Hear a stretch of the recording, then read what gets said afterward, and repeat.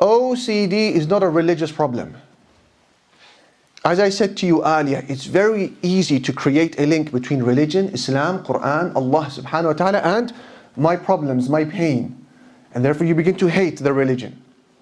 We want to establish very early on in this talk, OCD is not a religious problem, meaning religion is not the cause of OCD. We have to remove that from our mind. And there are several evidences for this. First of all, it's only a minority of religious people around the world who suffer from OCD.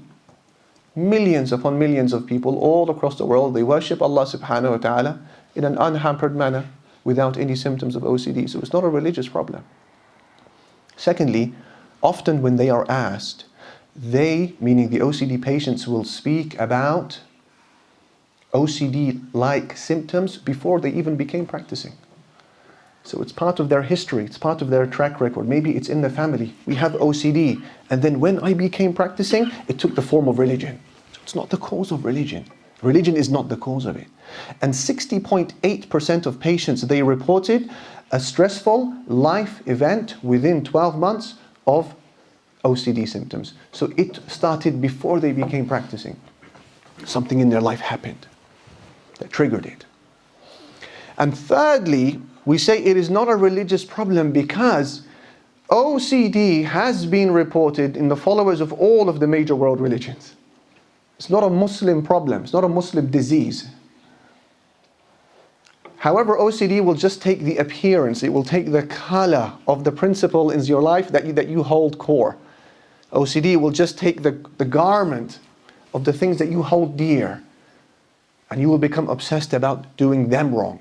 So for example, there is OCD in Christianity, there is OCD in Judaism, there is OCD in the adherence of the Muslim faith.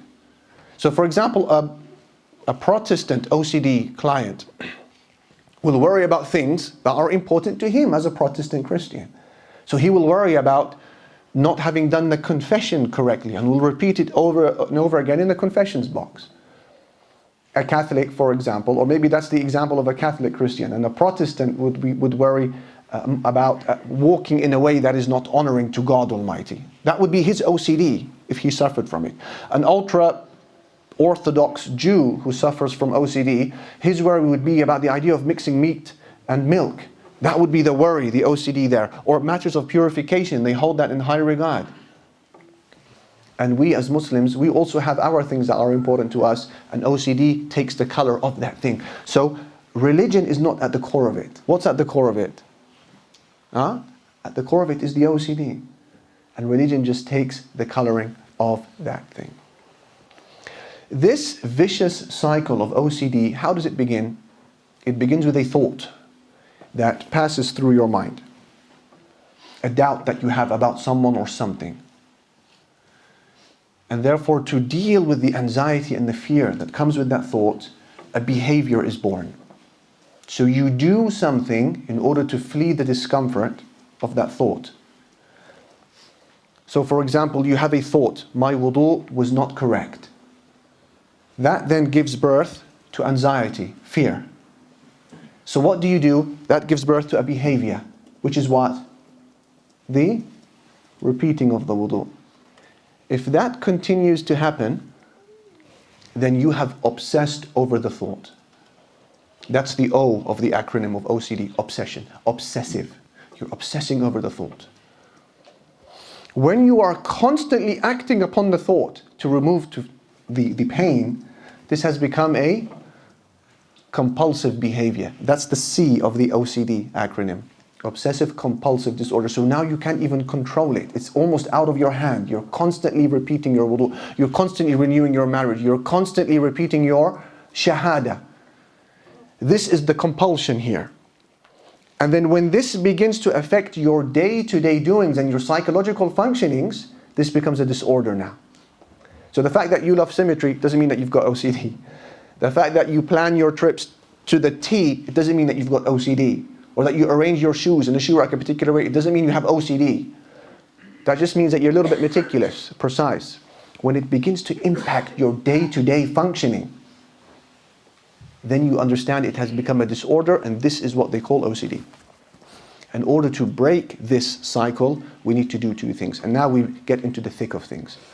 I suggest that in order to break the cycle of OCD, there has to be two broad Islamic approaches. The first is to address the mind, and the second is to address behaviors, actions. Since OCD is about a thought that becomes a compulsive behavior, we address the mind and then we address the actions. So follow with me on your notes. There's going to be 5 points under the first heading of addressing the mind, and then there will be another 4 points under the heading of addressing the actions or the behaviors. So we begin by addressing the mind. We said a lot of misunderstandings that bring about OCD, it's the product of faulty cognition. An issue that started here.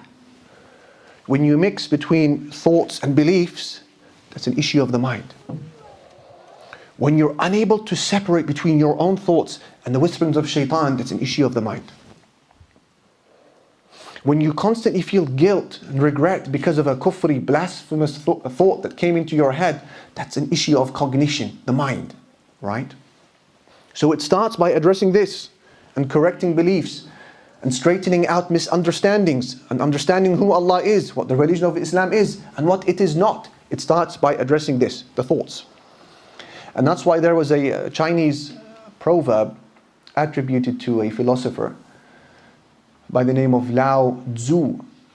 And he says, and this is the motto of OCD therapists, they say, watch your thoughts because they will become your emotions. And watch your emotions because they will become your behaviors. And watch your behaviors because they will become your habits. And watch your habits because that will become your character. And watch your character, that will become your destiny. So the character formation and destiny starts with what? A thought that passed through your mind, subhanallah al-azim. So it all starts with the mind. So we're going to address 5 points from an Islamic perspective, how we can help someone who has OCD. We speak to his cognition from 5 perspectives.